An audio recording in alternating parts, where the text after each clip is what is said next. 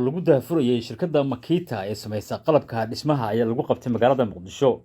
Xafladda oo si weyn loo soo agaasimay ayaa waxaa ka soo qayb galay mudanayaal ka tirsan aqalada hoose iyo midka sare ee baarlamaanka Soomaaliya, madax ka socotay dowladda federaalka ah, ganacsato iyo waliba shakhsiyaad kale oo lagu casuumay. Ugu horeyn ayaa waxaa hadal kooban oo ku aadan waxqabadka shirkadda halkaasi ka jeediyay wakiilka shirkadda Makita, Injineer Cabdixakiin Maxamed Ismaaciil. waxaan u joognaa halkan inaan daahfurno shirkadda Makita oo ay distributor Soomaaliya uga tahay Red Sea General Trading Company taas oo ka jirta Muqdisho, Hargeysa, Boosaaso, Gaalkacyo, Garowe, Beledweyne, Lascaanood, Buuhoodle. intaas oo meelood ay ka shaqeysaa shirkadda Red Sea General Trading Company. dhammaantoodna waxaad ka heli kartaa agabyada Makita ay soo saarto. shirkaddaas oo jirtay muddo 100 sano ka badan. shirkaddu waxyaabaha ay soo saartaa waa laba nooc oo isugu jira qalabka ay soo saarto, kuwa xarkale iyo kuwa aan xarka lahayn oo ku shaqeeya bayteriga la yiraahdo lithium ion. labadan qaybood bay soo saartaa shirkaddu. qaybta bayteriga leh waxaa loo isticmaali karaa agabka dhammaantii hal bayteri oo ka mid ah ayaa dhammaantii u isticmaali kartaa. sidoo kale qaybta bayteriga ku shaqeysa waxay shirkaddu gaarsiisay ilaa 300 oo product oo ku shaqeeya bayteri.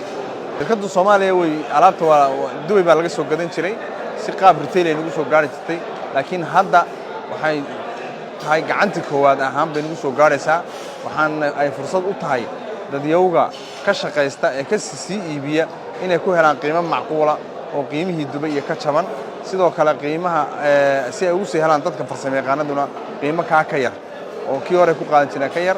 runtii qaybta dhagax jarayaasha, mashiinada wax lagu jaro, mashiinada wax lagu dalooliyo, kuwa wax lagu nadiifiyo, kuwa gaadiidka lagu furfuro mechanical ku isticmaalaan, intaba waxa lagu helayaa qiimo macquul ah. gudoomiye ku-xigeenka rugta ganacsiga Soomaaliyeed Cabdiraxmaan Cabdullaahi Galambe iyo agaasimaha guud ee wasaaradda dhalinyarada ee ciyaaraha Jamaal Sheekh ayaa si weyn u soo dhaweeyay shirkadda Makita oo markii ugu horeysay xarun ku yeelata Soomaaliya.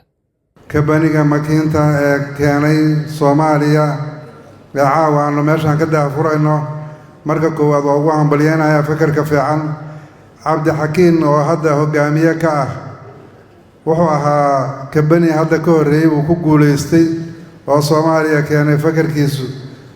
shaki igama jiro marka kana inuu guuleysan doono haddii Ilaahay idmo.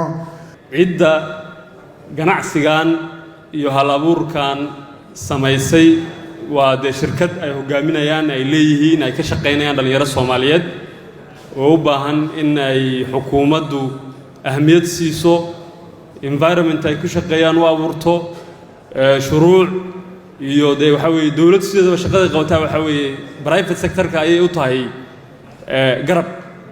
ugu dambeyn ayaa waxaa hadaljeedinta munaasabadda xarigjirka ay shirkadda Makita soo gabagabeeyay Senator Leyla Nuur iyo xildhibaanad Gobson Maxamuud Cumar oo ka tirsan mudanayaasha baarlamaanka Soomaaliya oo si weyn u bogaadiyay furitaanka shirkadda Makita. inta waxa maxay ahaydey aan ku faraxsanahay oo caawa in aan arko dhalinyaro Soomaaliyeed oo maxay ahaydey wadankoodii inay maal gashadaan ama ay wax ka bedelaan ku tamaniyay oo halkaan soo gaarsiiyay. aad baan ugu faraxsanahay.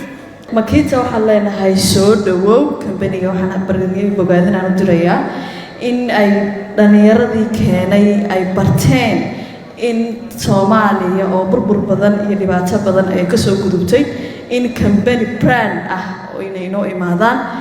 in dhow waxaan ku biirnay bariga Afrika ganacsatooyinka, taas awgeed waxay naga caawin kartaa shirkado brand ah ganacsatooyinka aynu ka iibinayno Afrika iyo qaybaheeda kala duwan ee caalamka. Soomaaliya cagaheeda ku istaagta waxay macno badan ay u sameynaysaa waxa weeyaan ganacsatooyinka. in dawlad iyo shacab dhisan ay noqonana waxay macno badan u sameynaysaa waa ganacsatadu dalka iyo dadka inay dhisaana waxa weeyaan Soomaaliya oo jilbaheeda ku taagan tahay. shirkadda Makita oo laga leeyahay wadanka Japan ayaa waxaa xarumo badan ay ku leedahay daafaha caalamka, waana markii ugu horeysay ee shirkaddaasi oo jirta muddo ka badan 100 sano ay xarun ku yeelato Soomaaliya.